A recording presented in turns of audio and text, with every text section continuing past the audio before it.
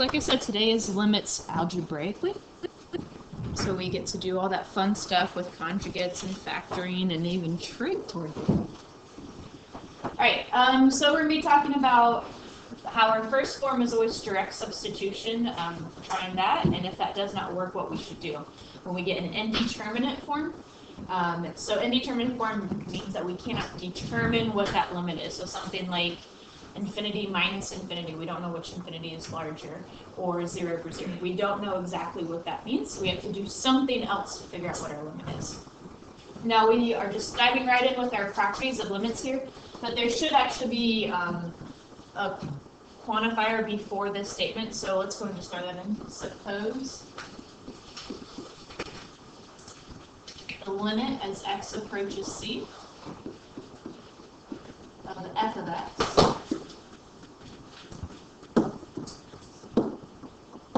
so suppose the limit as x approaches c of f of x and the limit as x approaches c of g of x exist.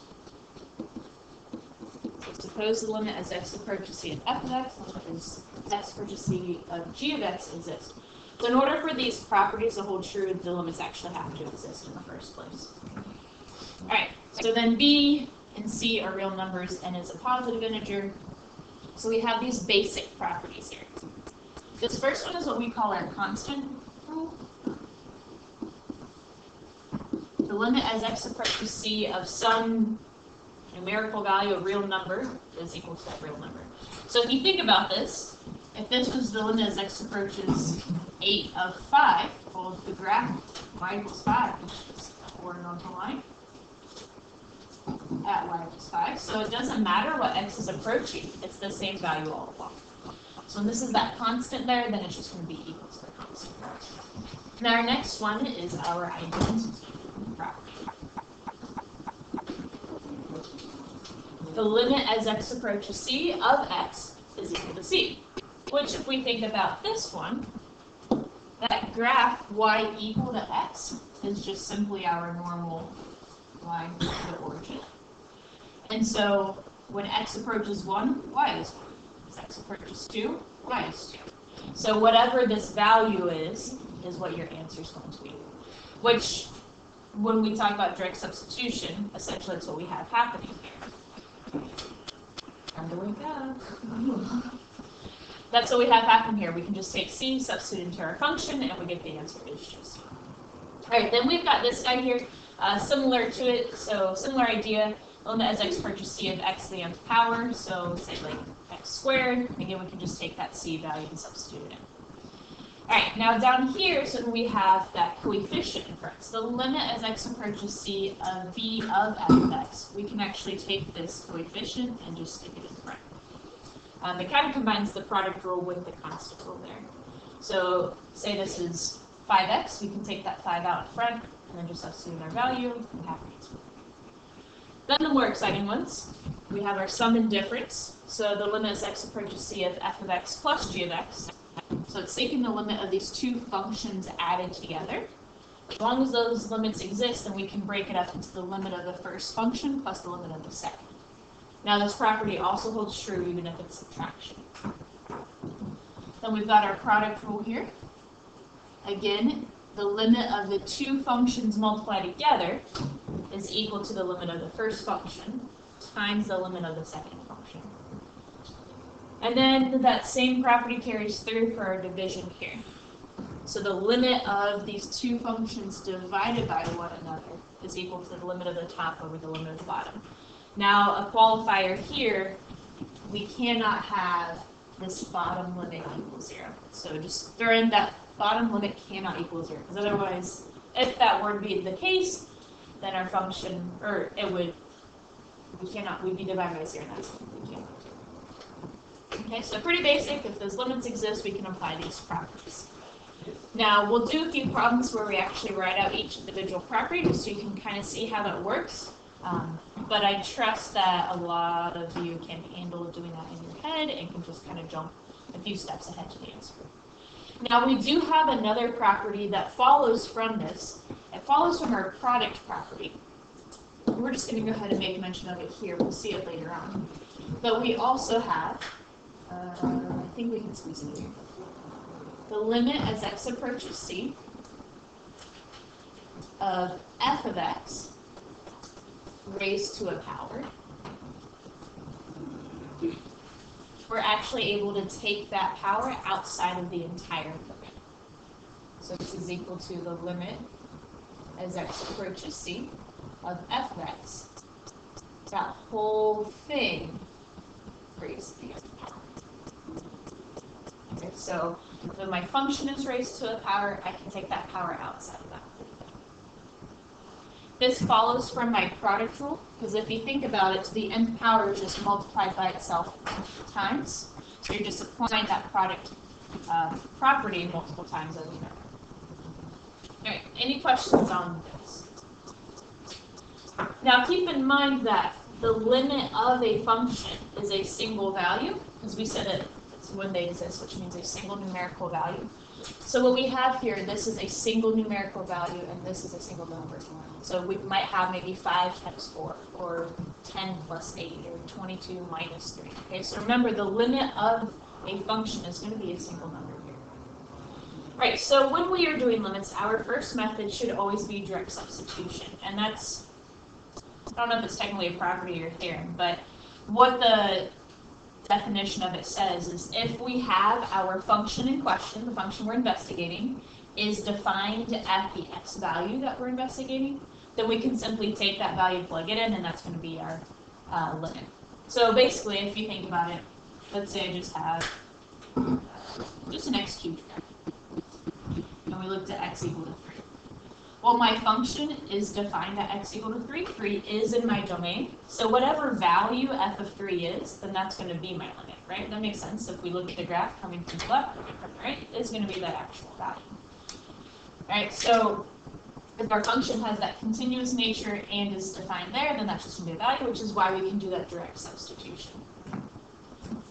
So we're going to go ahead and always, always, always try direct substitution first. And this is a huge thing, so please put this in big letters, make a star there, highlight it, something.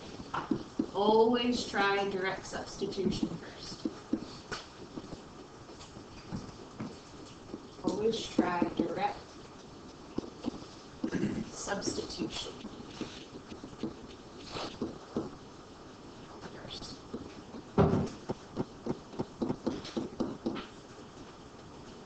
It's no fun when you start conjugating some crazy radical limit thing, then you get to the end and realize, oh, I could actually just look at it. Alright, so using these properties and doing the direct substitution, we'll go ahead and try some of these out. And again, that direct substitution kind of came into play like we talked about here. We take that c value and try to plug it into our function. There's no variable to plug it into, so our function is going to be that constant itself. Take that c value, plug it in here, then I get the c value. If I take c, plug it in here, I get c to the nth power. So it's those first here are kind of based upon the direct substitution. Alright, so number 1, the limit as x approaches 7 of 5 is 5. Limit as x approaches negative 4 of x, negative 4. The limit as x approaches 2 of x cubed, 8. Good. And so technically what we're doing here is using the property where we can take that power outside. So then we would have, take 2, substitute it in, we get 2 cubed, which is 8. But I trust that you can do that. You recognize that. You don't need to be writing all this out here. You can just write 8. All right, number 4. Negative 4 to 8. And again, what we're doing is we're using that property where we can take that coefficient up front, mix with the identity where we substitute that in, and then we multiply. But again, I trust you guys can do that. Just right here. Questions on this? What do we have for number 5? Good, negative 28. 6? Oh wow, you guys did that a lot faster than I did. Alright, so 1/2, and then we get 2 plus 2. Good. Alright, go ahead and do 7, 8, and 9.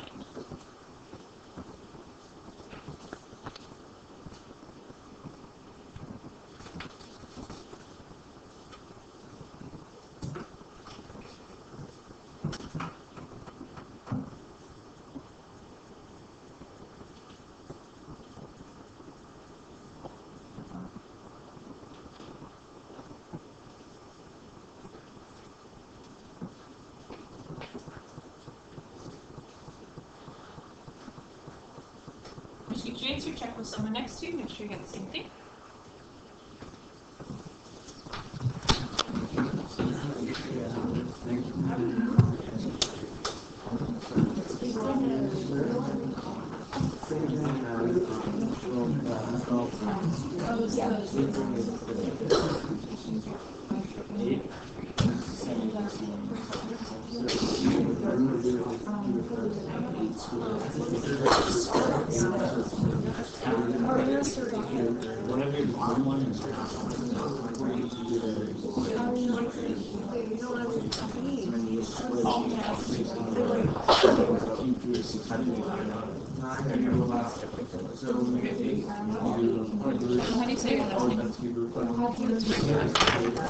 You mispronounced very badly. I thought so, and I didn't scribble it out, so I wanted to make sure. It's unfortunate, but we don't get a change. And unfortunately, you don't get a change either because you need to use all your stuff. All right. What did we get for number 7? -3. Number 8? 3. Really? Yeah. Yeah. I don't know. All right, number 9? 4. Questions on this? Okay. So now we finally get to do some more fun stuff. Algebra 1 comes back to haunt you yet again. Isn't it funny how factoring never goes away? It's here to stay. Alright, so when we try direct substitution here, and again, always try direct substitution first. If I take 2 and put it in, 2 squared is 4, -8 times 2 is -16, plus 12, and over here we get 2 minus 2. 4 minus 16 is -12, plus 12 is 0. 2 minus 2 is 0. So we end up getting 0 over 0, which is one of our indeterminate forms. We can go ahead and throw that up here at the top. It's not the only one, but it's one of the ones that we'll get. 0 over 0. And so that means we do not know what our answer is based upon this right here, so we've got to do something else. We need to investigate it further, manipulate it somehow, do some fancy footwork with our algebra, figure out what we can do to figure out what the actual answer is. Now, I was told that this past on the AP exam, there was a particular question in which, in using L'Hopital's, if you did not show that it equaled 0 over 0, you did not get the points for it.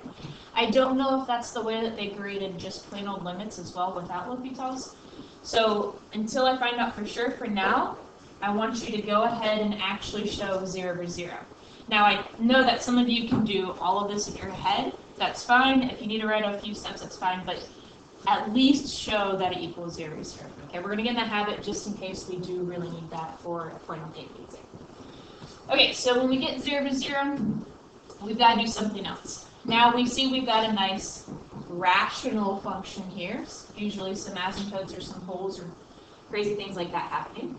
And it's made up of polynomials. So really our only guess is to go ahead and try factoring. So if we try this top here, we need what multiplies to 12 and adds to -8. What two numbers accomplish that? -6, -2. Alright, so we have that this guy then, we can rewrite it. The limit as x approaches 2.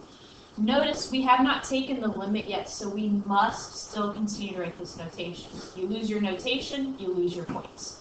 Now we'll be very particular on this, so you must keep writing the limit notation until you've actually evaluated the limit. Alright, so we can break up the top then. Thankfully it's a coefficient of 1 in front, we can use the shortcut. So we have x minus 6 over x minus 2 over x minus 2. What do we see happens with this? Yeah, our x minus 2 factors reduce. So then what we really have is the limit as x approaches 2 of the function x minus 6. Still have not evaluated yet, so we still have to write that limit notation. But now let's go ahead and try direct substitution.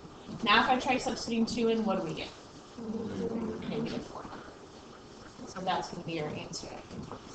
What does that mean when we have a factor on top and bottom reduced like that? A whole. So I always find that so interesting that this crazy looking function, you'd be like, I have no idea what that looks like on a graph, but really what it is it just looks like this equation, this function, but with the whole x. Right, so that's your answer. Questions on that? Let's go ahead and do number 11. So again, we take -3, put it in, we get 0 on top. 9 plus 6 minus 15. So we end up with 0 over 0, that indeterminate form once again. Alright, so let's go ahead and try factoring for this guy. Our top stays the same. So the limit as x approaches -3 of x plus 3 over, what is our denominator factoring to? Okay. X minus 5, x plus 3, make sure you have your parentheses. And once again, we've got our factors reduced. And so now what we really have is you gotta be careful with this one. It's not just x minus 5, but it's rather 1 over that.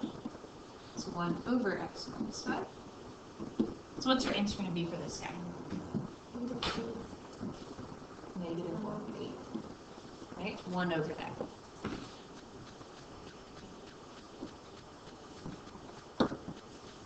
Alright. Now with number 12, we can actually factor both the numerator and the denominator. And I trust that you guys are able to recognize that these are going to reduce and leave you with 1 over x minus 5. So I'm fine with you not rewriting what's left over and just showing this crossed out and then evaluating your limit. Now, you are always more than welcome to show every single little step, but I trust that you guys can recognize that, slash it out, see what's left, and substitute. So for this one, we take -2, put it in. Yeah, let's see, 4 plus 6 is 10. 0, so we end up with 0 over 0. Alright, so let's go ahead and factor this guy.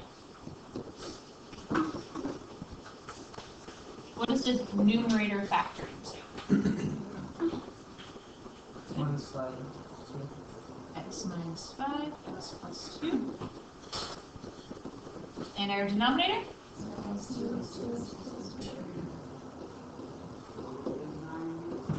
Alright, so here we have our x minus 2's reduced. So we're left with that x minus 5 over the x minus 2. So what I was saying is I'm fine with you, after slashing those out, go ahead and substitute in at this point. So I have then -7 over -4. So 7/4. That's right. Questions on this? Alright, I'm going to make you try to recall your difference in sums of cubes. I want you to try 13, 14, and 15.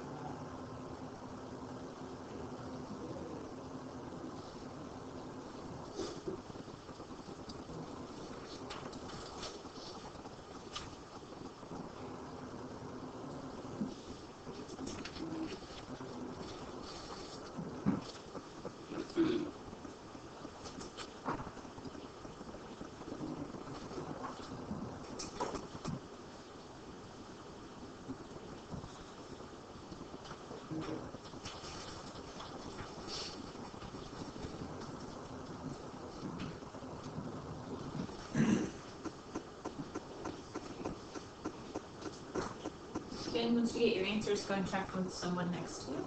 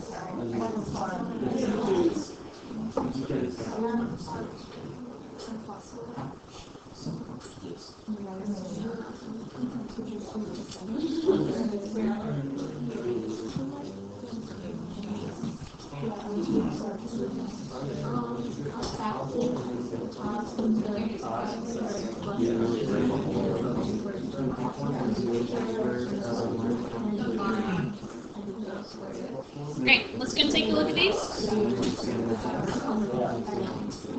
Number 13, when we take it and plug it in, we end up getting 0 over 0. Now you have to do your lovely sum of cubes, and hopefully you got something simplified. What was our final answer? 3.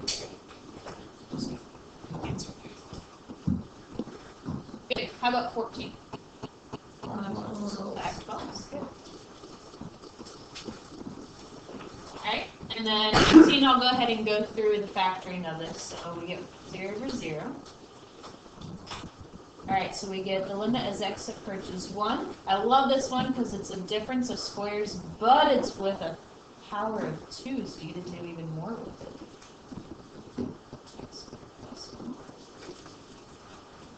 I'm going to go ahead and leave that as a difference of cubes so that I don't have to rewrite all of it. Alright, so we're able to then factor this difference of squares. So I have the limit as x approaches 1 of x minus 1, x plus 1, times x squared plus 1, over, and then my difference of cubes. So we keep terms, x squared, 1 times x is x, 1 squared is 1. And then our sign, same sign. Oh, thank you. Same sign, opposite sign, always positive. Alright, so then we end up having cancel, not as much as we would like, but got those to reduce. And what did we end up having for our answer when we substitute all in? 4/3. Questions on this? How many of you remember this from last year? Good. Alright.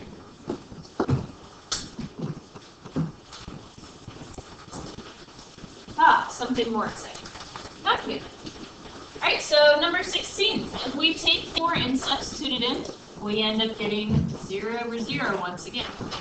Now here we look and see we don't have polynomials, we have some fun, well, we've got a mixture of polynomials and radicals. And we know that a nice way to get rid of radicals is to multiply by the conjugate, which means we get to write a whole bunch of stuff. And we get a FOIL.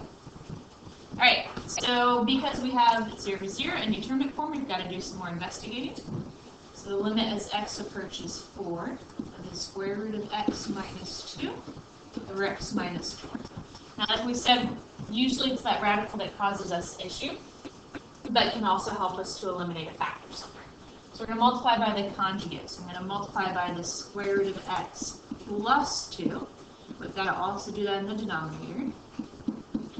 And make sure you seal these guys in parentheses, otherwise you're just saying -2 times that, not the whole factor there.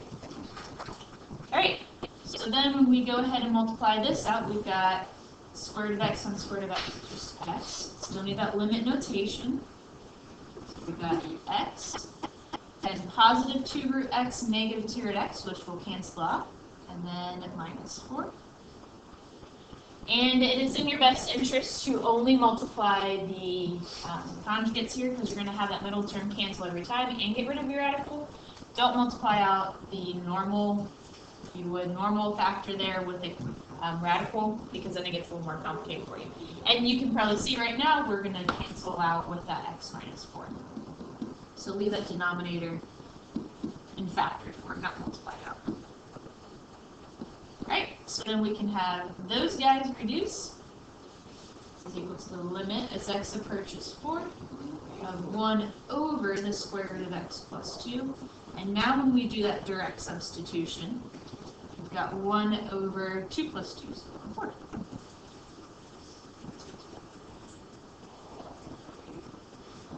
So conjugate, we just simply change the sign in between your radical and the other term. And only multiply out those radicals. Questions on that? Alright, let's go and do number 9. Same idea, just a little more happening underneath your radical. Again, make sure you try that direct substitution, so we end up getting 0 on top. 3 plus 13, 16 squared, 16 is 4. 4 minus 4 is 0.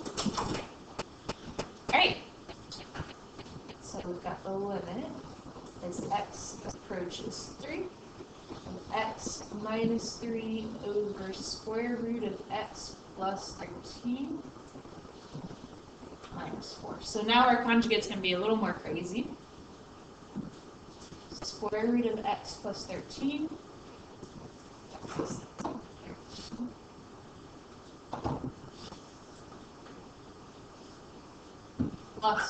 Going to multiply that both top and on bottom, square root of x plus 13 plus 4. So this guy in parentheses. Alright.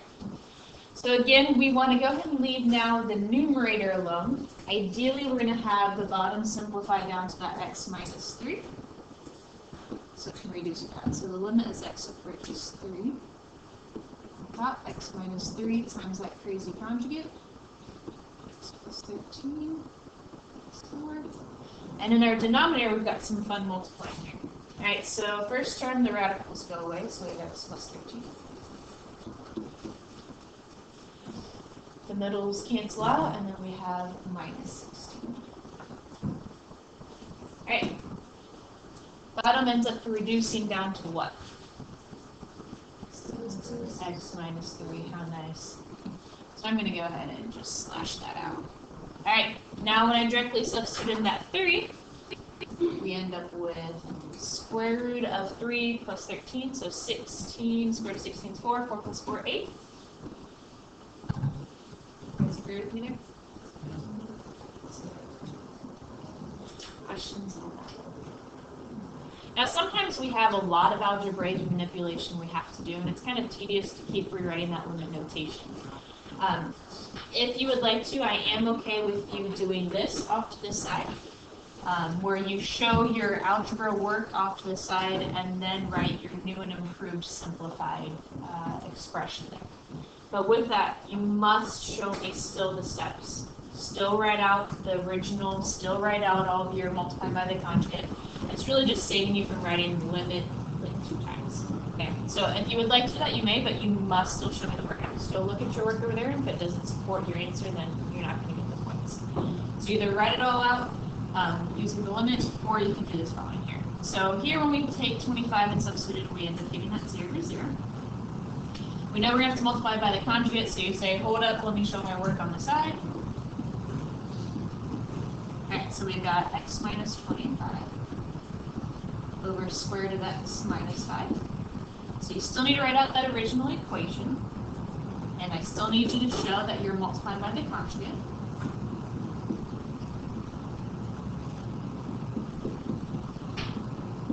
I still need you to show that multiplied out. So we still end up with x minus 5.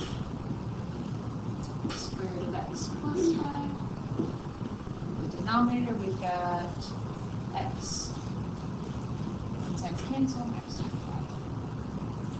5. Still show that reduces, and then now you can go ahead and come over here and write the limit as x approaches 25 of my new and improved expression here, which ended up being just square root of 5. Sorry, square root of x plus 5. And then when we take that, substitute in, we end up getting 10. So I'm fine with you doing this, just as long as you label it work and show all of your work. Notice I still expect you to write essentially the steps that we did up here. It just saves you from writing that one in there. Okay, questions on that? Okay. So I want everyone to do 21, but then I'll let you choose whether you do 20 or 18. Okay, so I want everyone to do 21, and then you choose whether you want to do 20 or 18. Take a little bit of time, and then we'll go over.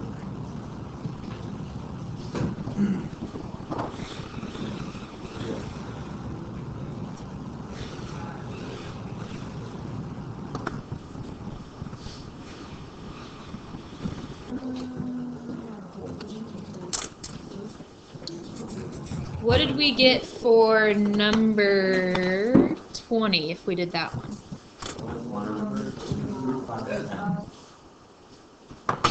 It's music to my ears. Root 5 over 10. You rationalized your denominator there. If you did not rationalize your denominator, you would have gotten 1 over 2 root 5. Alright, and then 18, what did we get if we did that one?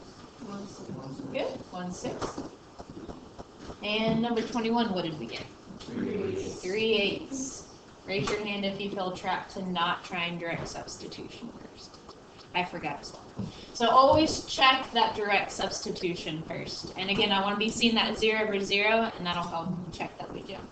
Alright, so just to kind of show you, for those of you that maybe were still struggling with it, so number 20 here, here's all the steps for it.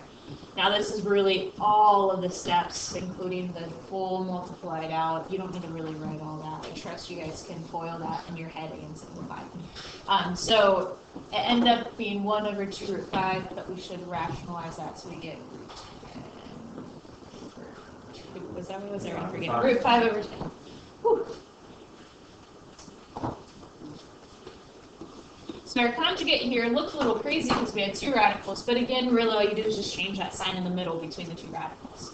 And it was nice because they both radicals end up canceling out when you multiply out. All right, and then number 18, pretty similar to the ones that we were doing above.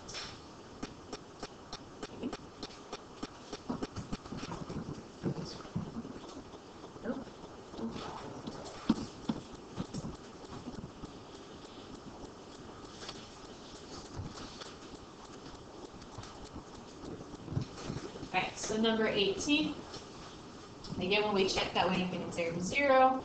The top simplified down to x plus 5 minus 9, which was x minus 4. Then those reduced, and we finally got down to 1/6.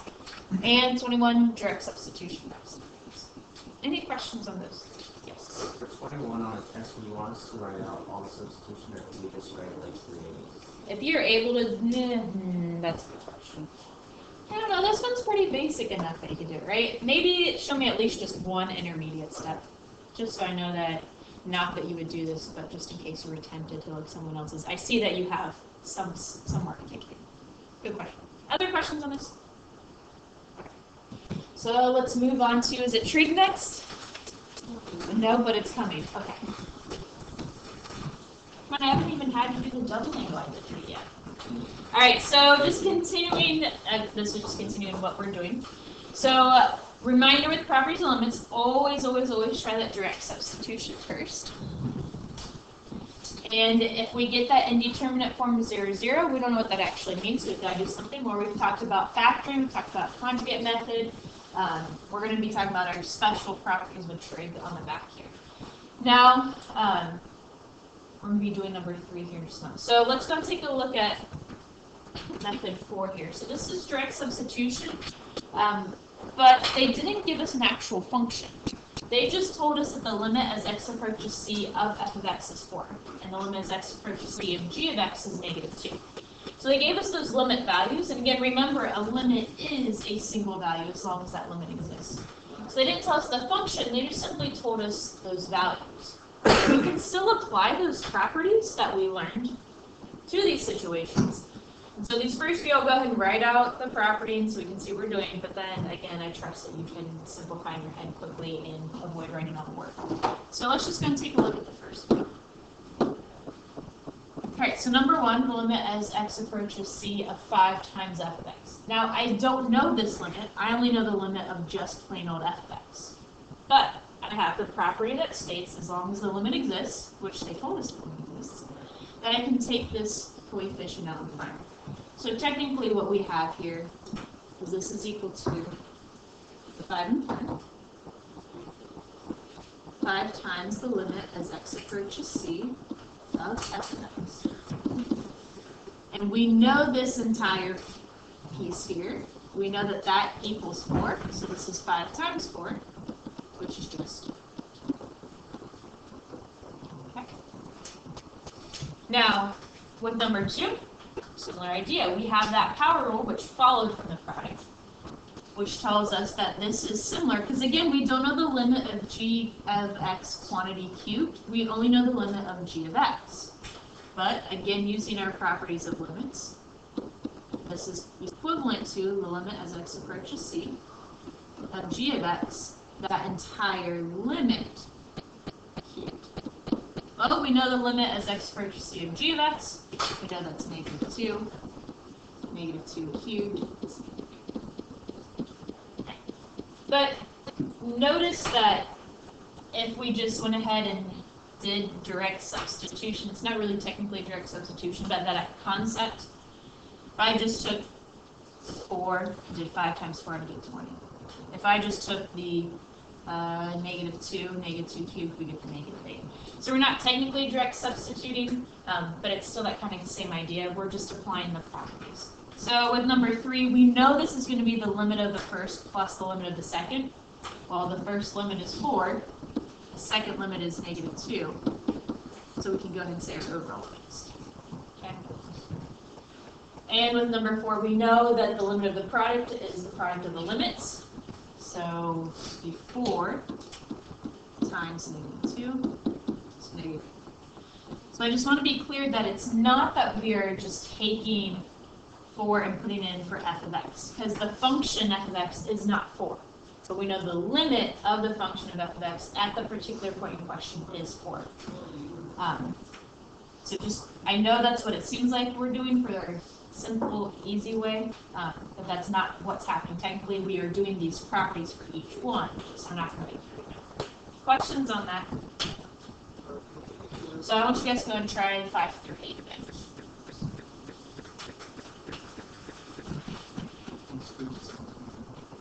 And again, you don't have to write the breakup of all the properties, but please just understand that is what's happening.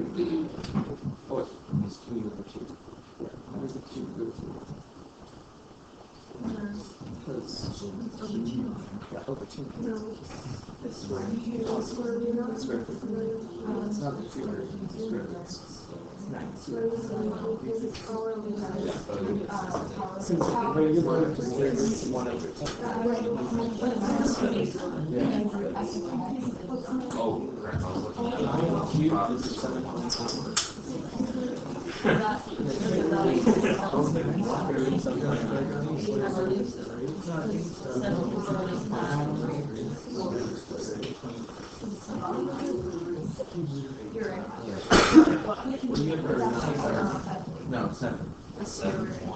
Wait. I was looking at 5.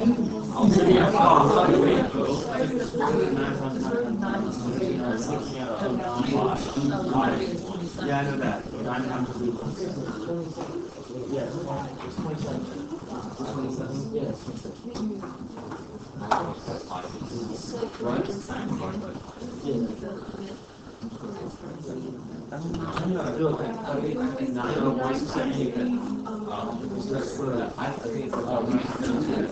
can take 2 9.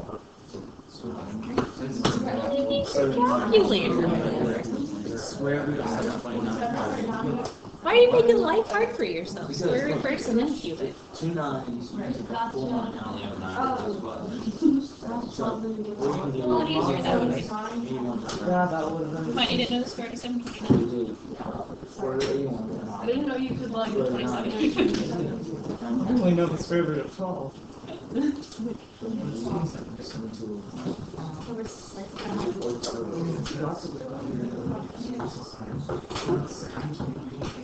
not allowed to do this in Stinger, right? You're not allowed to do this in Stinger, right? Oh, no, I can. I think you weren't allowed to do I something. can do whatever I want. I don't think it's the case, but ours is. I think you're mistaken. Alright. Number 5, what we get for our answer? Good. Now, because this is the most complicated, I'm going to write out what the properties are actually doing here just one more time. I really want to drive that home with you guys. So what we have happening is I can take that constant out in front, the 1/3 in front, and how can I rewrite the square root as a power? Power 1/2. So we can really apply that power rule. So really, that power rule, we can extend it. And there's a radical rule as well. The limit of x approaching c of the radical of f of x is the same thing as the square root of the whole thing. Okay, so it's just an extension of that power rule.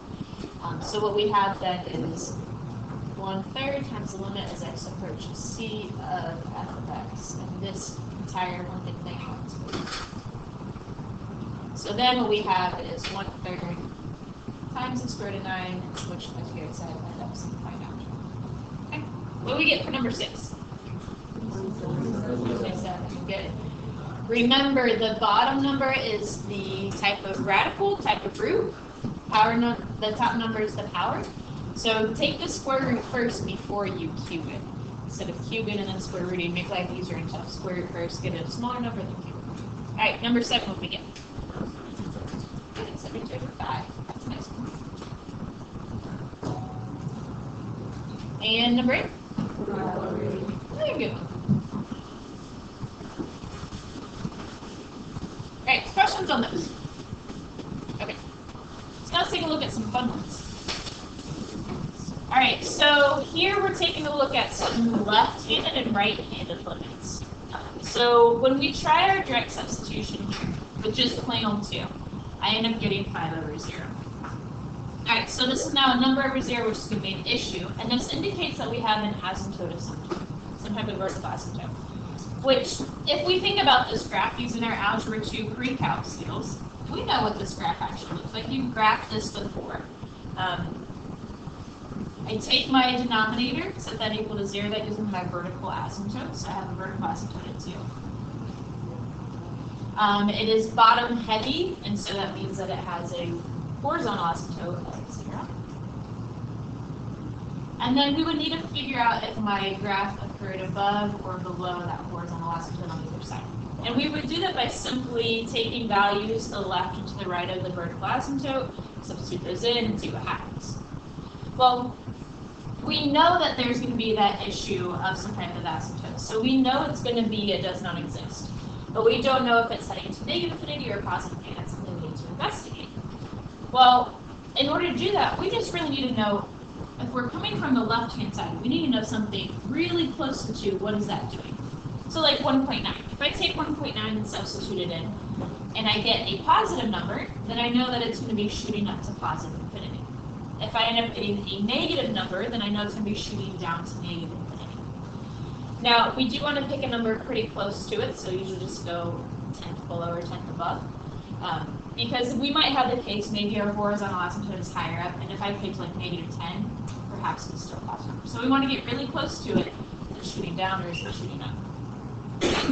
So the mathematical notation here is not really proper, but what we're going to do is, since we're coming from the left-hand side, we're coming from the left, I'm going to go ahead and test 1.9. So if I take 1.9 and substitute it in, what do we have happening?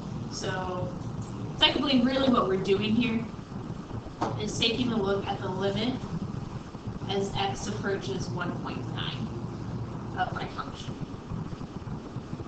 And when we get that, we really don't really care what the number is, we just care whether it's positive or negative. So when we substitute that in, 5 over 1.9 minus 2, we end up getting a positive over a negative, right?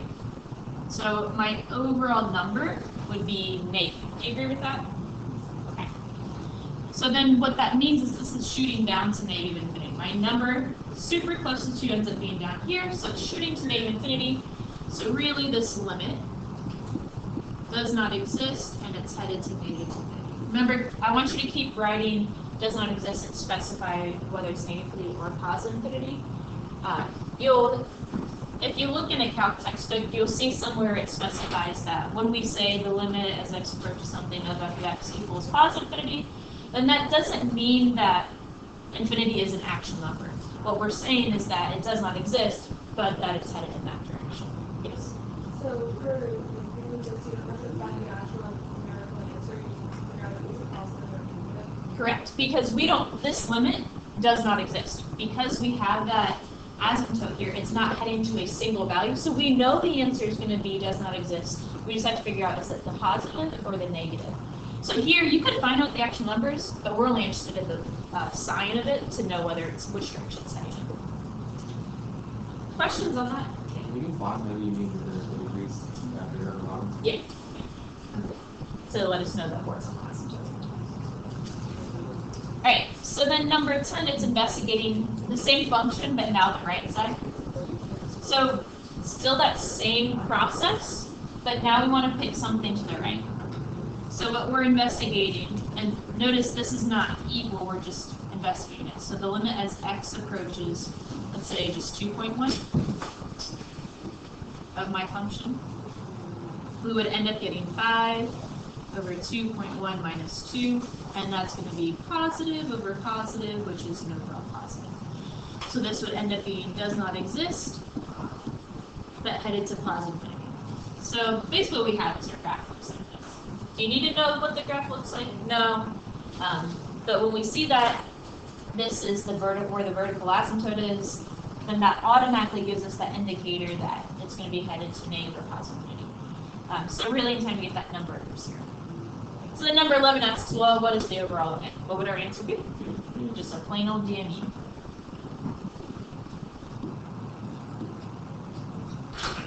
Questions on that? Alright. Yeah, how fast would you expect it to assume that? Like 11, so it's 1. You can assume 11. Oh. You mean if we didn't have these previous two? No, if we did, like, I mean, you can assume that, like, there was a problem. Like, that's that one. What do we assume? But it's the idea, like, if you want us to write it down, Yes. yeah? Yes. I don't know that I understand your questions, I'm sorry. Are you saying write D and E each time? No, so if you want us to write out the problem. Oh, like this? Yeah. I'd like to see at least some type of work, whether it's your signs. I want to see at least some plugging in signs. But you have to really write out this term. There should be something that I know what you're. Sorry, that takes a long time. Okay, that's good. Other questions on this? How do you solve 11 if you didn't have the previous term? So you would, once we recognize it's a vertical asymptote, you would have to investigate the left and the right hand side. You just plug in both sides to see. Yeah, so if we got just this, then you would have to investigate 1.9, 2.1, see what's happening. Mm-hmm. So basically we set up for you the work that you have to do. That's a good question. Yeah, if you end up getting that vertical asymptote, then you have to check the left and the right hand side to know what's happening. We know it's going to be it does not exist, but it could be that they're both headed in the same direction, so you need to investigate that to find out. Other questions? Okay. I want you guys to go and try number 12, and then we'll come back together for 13 and 14.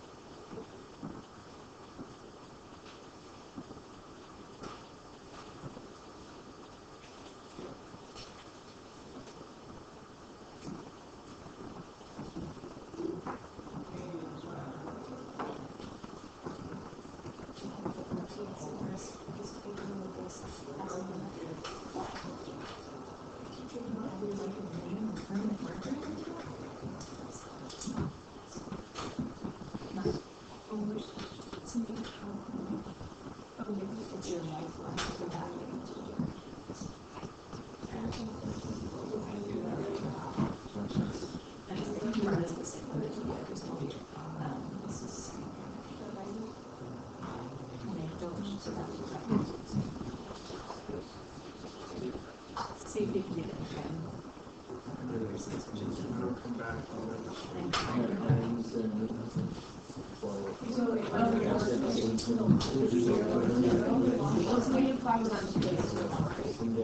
It's a look.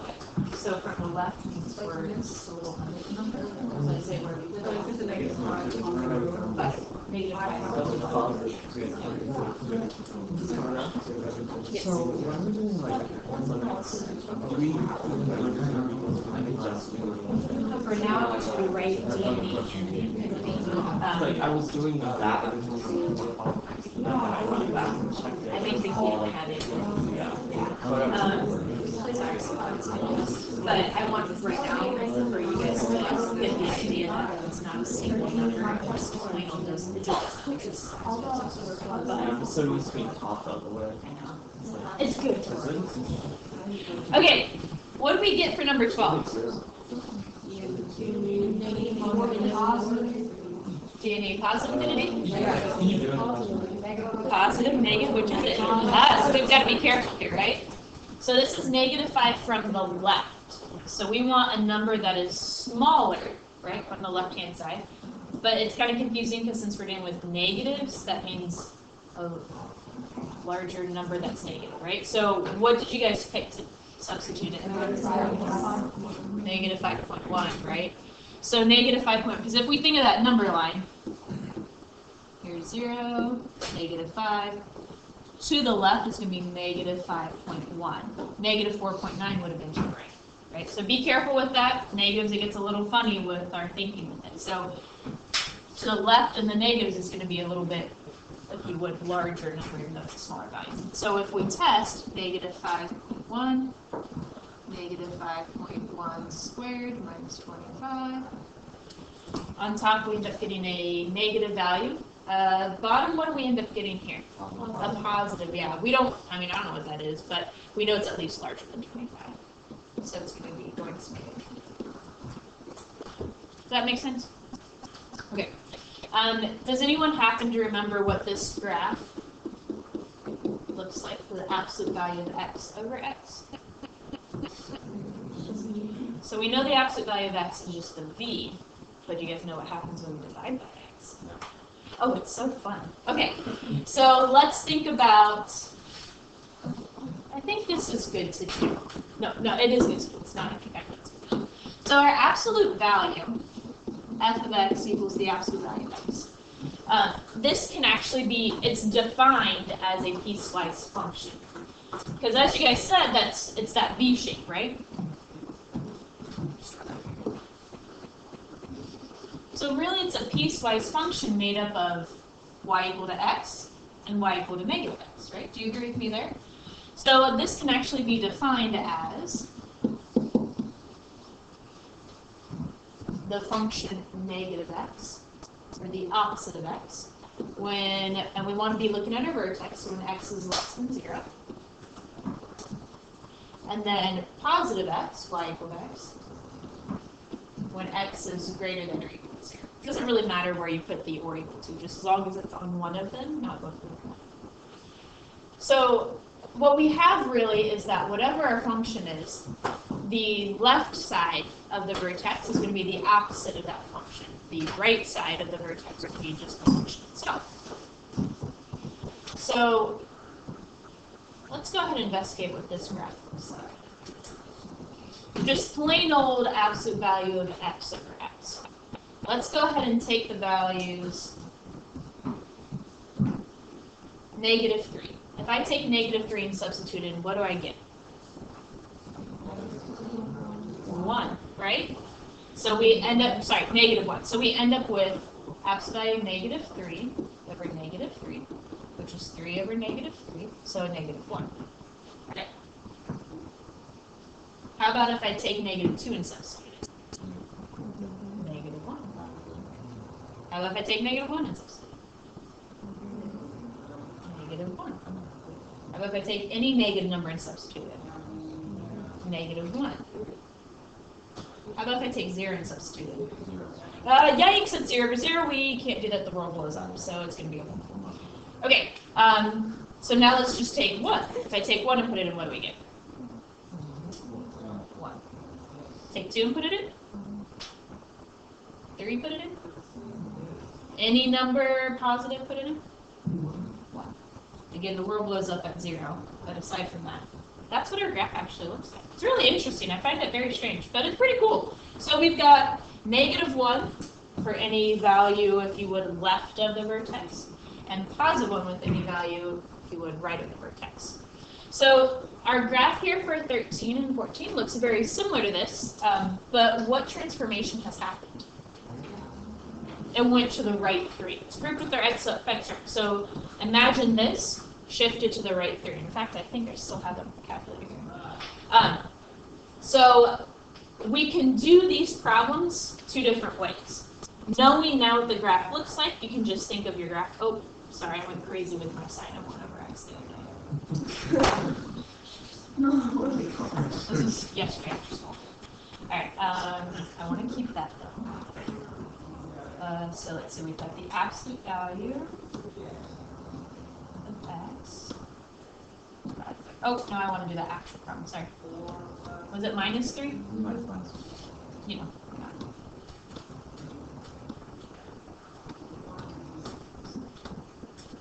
And you bring it back to a normal graph. So we'll see that it's the same graph, but it's been shifted to the right 3. And if I try to actually go to the, what would have been the vertex at 3,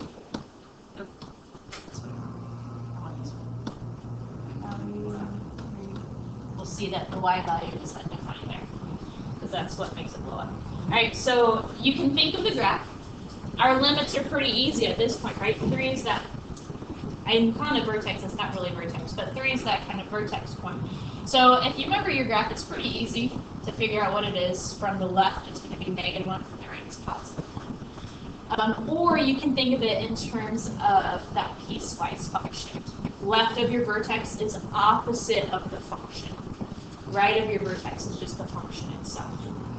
So thinking of our graph, we've already seen from the left-hand side that's going to be negative 1. But let's look at it algebraically. But wait, if you plug in the 3, it gets a 0 over 0, so it would be... Right, that's the issue. So remember, it doesn't have to be defined at that point for the limit to exist. And actually, the limit doesn't exist because they're approaching two different values. It's a jump function. So we're just wondering what is the limit as it approaches from the left. So we get, when we try substituting, we get that indeterminate form, which indicates we've got to do something else to figure out the limit. And we can't do any of the others. Well, can you conjugate that? Can you factor it? No. So this is another type of problem you might have. Alright, so again, you can think of your graph. Immediately, we know the answer is negative 1. Or if I think of it algebraically, this is the same thing as saying the limit as x approaches 3 from the left, so opposite of my function over the function itself. So again, because we're coming from the left there, it's the opposite of the absolute value over the function itself. So then, what do we have happen with our factors here? They reduce, right? No. So what I'm using here is the piecewise function definition. The piecewise function definition says instead of writing absolute value, the absolute value is defined as left of the vertex, opposite of the function. Right of the vertex is just the function itself. We're looking at left of the function. So I'm just redefining this. Instead of using absolute value, I'm interested in the left piece. So that means the opposite of the function. So this is just a way you can do it algebraically if you forget that graph. So since I'm coming from the left, that's why I put the opposite of it. And then we have our factors reduce. Right? So my factors reduce. And what am I left for my function itself? Just negative 1. Well, what's the limit of negative 1? Just negative 1. So we end up getting the same answer regardless of whether we think of the graph, in which case we can see left-hand side here, -1, or doing it algebraically, we get the same answer. Most people just think of the graph.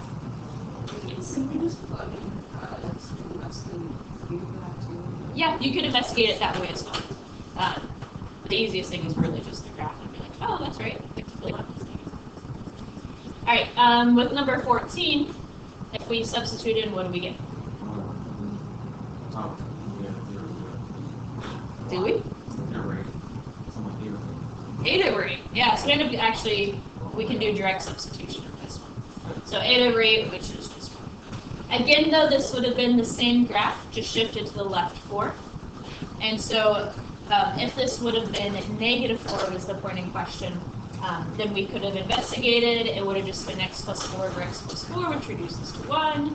Substitute in, you would have gotten 1 on the right. Now, finally, we get the trig.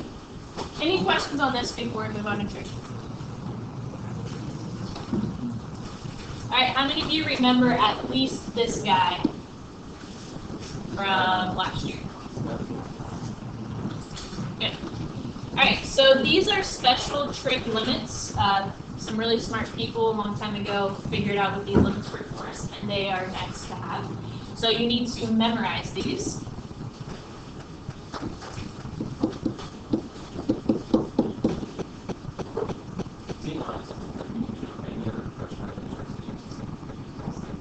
Yeah.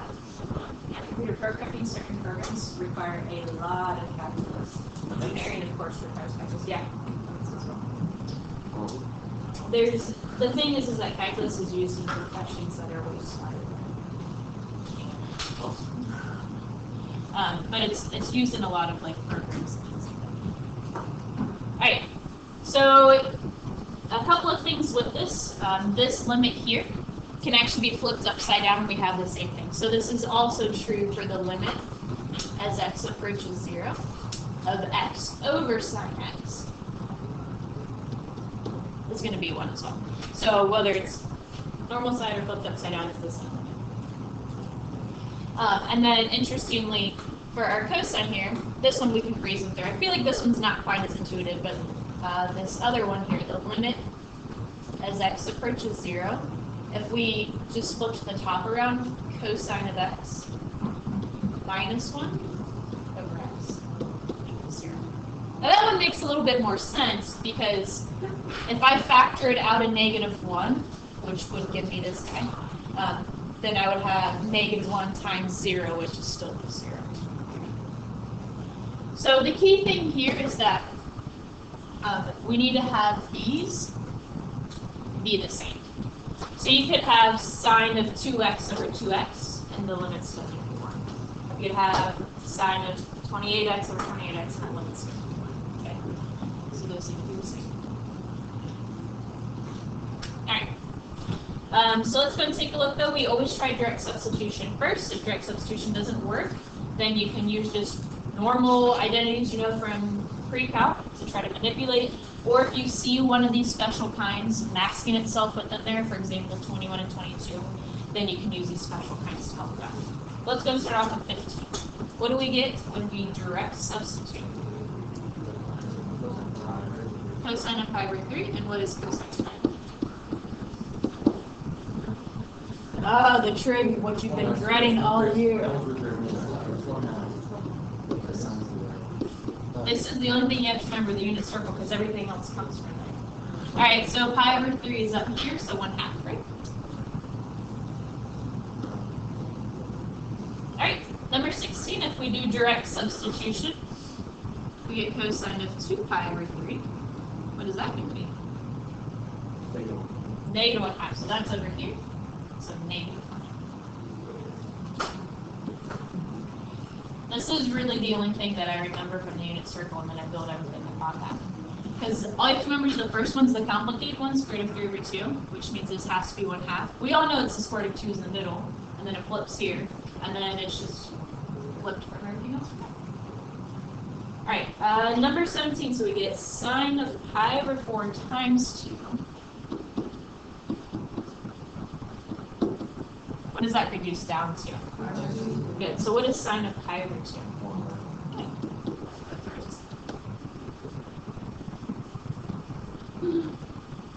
All right, number 18, tangent of 5 pi over 4. 1. So 5 pi over 4 is just a little more than a pi, right? So here's pi, 5 pi over 4. Both are negative, so 1, right? If we are a little rusty, we definitely need to be redoing our training. Does that make sense, though? Pi over 4 would be a full pi, so just one more pi over 4 puts us in quadrant 3. Just reasoning through that unit circle. Alright. Number 19. So we get pi times cosine pi. What's cosine of pi? Puts us over here. Negative 1. So negative 1 times pi.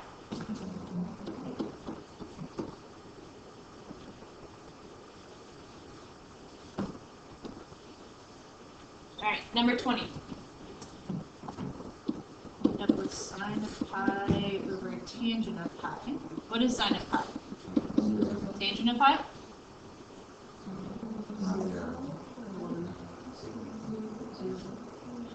Isn't tangent sine over cosine, so sine 0, what does it have to be? Oh, how unfortunate. We've got an indeterminate form, we've got to do something. But we really don't have very many options here. We see a sine x, but we don't have an extra x floating around to use that special property up top. But what can we do with this?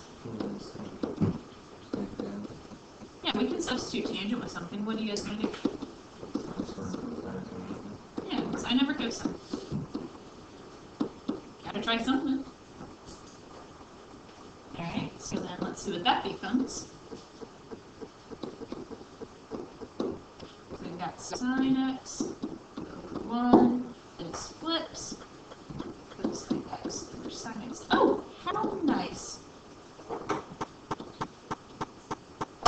So we end up then with the limit as x approaches pi of just cosine x. So when we do direct substitution there, cosine of pi, right? And what is that? Not too bad. Just a little bit. Okay, so now we get to actually look at some of the fun stuff here. So 21, its limit as x approaches 0, sine of 2x over x. When we try taking 0 and plugging it in, what do we get? 0 over 0. So in determinate form, we've got to do something else. Now, we get really excited because, oh, we see it has sine of x over x, except do these match? No, one's a 2x and there's an x. That's unfortunate, but we're smart. We can use algebra to help us get it to match. So I need this to be a 2x down here, don't I? Well, let's make that happen. Let's change this to the limit as x approaches 0. Sine of 2x over x. I'm going to multiply by 2 in the denominator. But what else do I have to do? Multiply by 2 in the top. Alright, well that's okay because then now I have the limit as x approaches 0 of 2 sine 2x over 2x. Can't we take this 2 out in front? And we know the limit of this guy here because these now match. What is the limit of those if they match? 1. So then we have 2 times 1. And your answer is just 2. So we need for our denominator to match the argument inside the 2x. And right now it doesn't match. I need it to be a 2x. So the only way to get it a 2x is to multiply by 2, but you've got to do it both on top and bottom to maintain that same function. So you just say, just shows the 2%. Yeah, we want, the reason why we took it is we need it for the bottom, and then we had to have There was like that for you to just get free. Yeah. Yes. Oh, sorry. No, good question. Alright, so a good question was asked here. Can we just move this 2 from the original problem to the front? Absolutely not. Sine of 2x is not the same thing as 2 sine x, right? What is sine of 2x? And then the question is, 2 sine x cosine x. can we just do that? You could do that and then break it up, because then you'd have sine x over x and cosine x. Yep. Yep. So they'll ask a question, could we have just substituted this and then we'd have the sine x over x and 2 cosine x? We do that as well. Yes. Here's how towards it, like, where the arrow is moving to the limit. Why would you do that if you just... So we have that for, yeah, so we have that property that says if we have a coefficient in front, we're allowed to move that out in front. Just so you can see that now we have the limit as x approaches 0 of sine of 2x over 2x. We know that limit. So, I mean, we could rewrite it out if we want to. This is equal to 2 times the limit as x approaches 0 of sine of 2x over 2x. We know this limit here. We technically don't know the limit of that, but we have the property that allows us to take that coefficient out. So this limit is 1, and then that's what the 2 times 1. Other questions? Okay. So interestingly, because we can always do that fancy algebra footwork, I could do that even here for number 22. I can multiply by 2 on both top and bottom to get my bottom and top to match, right? But notice this. If I would have just looked at my coefficients here, what would my answer have been? 2 over 1, which is 2. So we can actually, we could generalize this and prove the property there, but we can actually just take that coefficient in front and the coefficient on the bottom, and that's going to be your answer. So let's go ahead and write that extension up here. It comes from this. The reason why we can do that is because we can multiply by that and manipulate it just as we did. But so we can go ahead and extend this limit property to also include sine of ax over bx. So I'm just generalizing it here. Instead of equaling 1, it's just your coefficients. Okay, and so you can use that now. Now that we've discovered that and see it, we can use that. So if these don't match, then it's not going to be 1. It's just going to be those coefficients. Does that make sense what I'm saying? Yes. What do you say? That that's 90 degree as long as they both match. Yeah, because we can take that, as long as the degrees match. Yeah. Yeah, because we can take the powers out. So then that can save us time for number 22. What would my answer be here then? Yeah, 4 over 2, which is 2. So that's a super nice property there. Because I know you guys love algebra, but maybe not enough to do it with that many steps. So then what would 23 be? 3/5. Because again, we said that could be flipped upside down and be fine. 24 now is a little different though, because we have sine squared x over x. What do you guys think we could do with this? Break up the sine squared x? We could take that power outside, but since this doesn't have the same power, we can't take it outside the whole limit. But we could break it up to this. The limit as x approaches 0 of sine x over x minus sine x. So I just took my sine squared and broke it up. Because I do know the limit of this, and I do know the limit of this. So we're really going to apply the product property. Okay, so what is the limit of that sine of x over x? And when we take direct substitution, what do we get for this piece? 0. So we end up having an overall of 0. Okay, so again, what we did is we broke it up. And then the product property, I didn't write out the product property, but it's the limit of the first times the limit of the second. The limit of the first was 1. The limit of the second was 0. Questions with that? I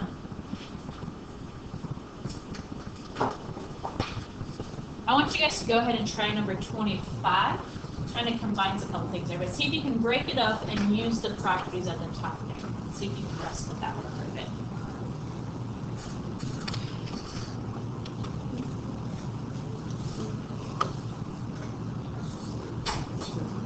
What is the It's very temperamental.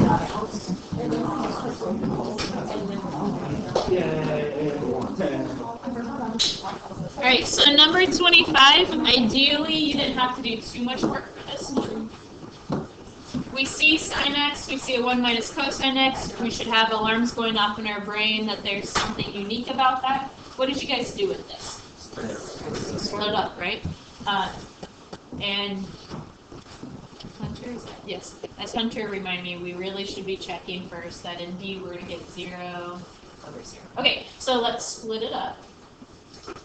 Limit as x approaches 0 of sine of x over x times 1 minus cosine of x over x. And again, technically what we're doing, I'm not writing out that property, but what we're about to do is the limit of the first times the limit of the second. And what is the limit of the first? 1. And what's the limit of the second? 0. So we end up with overall 0. Yeah, 1.0. Alright, any questions with that? Okay.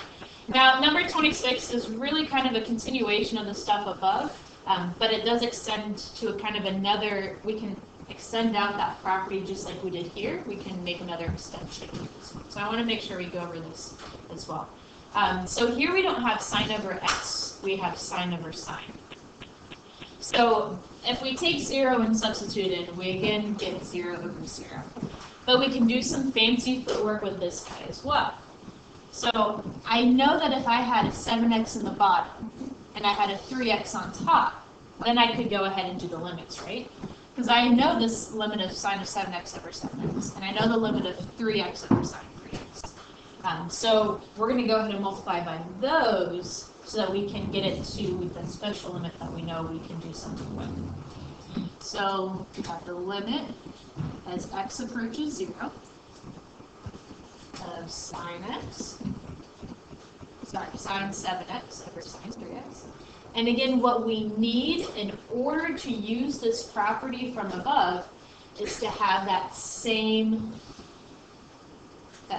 value here. So I'm going to need a 7x in the denominator, but to maintain that it's still the same problem and not changing the value of it, I have to do 7x on top as well. And in order to know the limit with my sine 3x, I'm going to need a 3x on top. But again, we've got to maintain the overall value is the same, so we've got to multiply by 3x over 3x. Why am I allowed to multiply by 7x over 7x and 3x over 3x? Because it's just 1, and anything times 1 is itself. So now then, and since we have the space, why not? Let's write it all out. So now then, if I go ahead and reorganize this in a much nicer fashion, I can now say sine of 7x over 7x. And then we have, so I took this guy. So it's kind of like I'm combining like this. And I'm going to take my 3x over sine 3x. So these guys together. And then what do I still have though? 7x over 3x. Good, 7x over 3x. But now I can go ahead and again use that product property, do the limit of the first times the limit of the second times the limit of the third. Well, what is that limit of the first? 1. The limit of the second? And then what's the limit of this last piece? 7/3, because essentially our x is reduced and we're left with just 7/3. So times 7/3, and our overall limit then is just 7/3. So this is actually, we can extend this property from that original. It's similar to what we had from up here. Here we had that our coefficients didn't match, but since it was in that format of x over sine x, we could just take those coefficients, was actually our answer. Similarly down here, sine over sine, our coefficients is just our answer. Yes. Can we just multiply by x over x? Can you multiply by x over x? Yeah. Oh yeah. So using the extended property over here, yeah, you could multiply by x over x using that there. Do you have questions? Okay. All right. So let's go ahead and write out the generalization of this as well. So we also have just discovered And keep in mind, we just did one example of it. We could formally prove it, though. I'm not going to make you do that. But I just want you to think if it works for one number, it works for all of them. But we could generalize it and prove it. All right, so then what we can say here is the limit as x approaches 0 sine of ax over sine of bx is equal to 0. Okay, so really these two that I wrote in blue up here all comes from this very first limit. But I think it's good for us to go and recognize that, and then you can just immediately see it and not have to worry about messing with it algebraically. We recognize it, we see it, we save ourselves a lot of time. Questions on that? Alright, so what we're going to go ahead and do,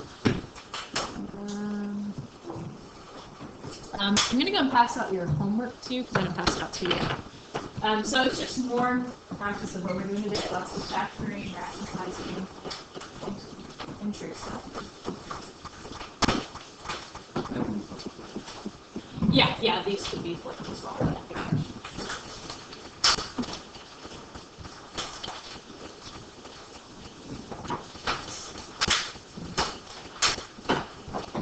So again, memorize those up there, and knowing those shortcuts that we kind of just found there will definitely save you a lot.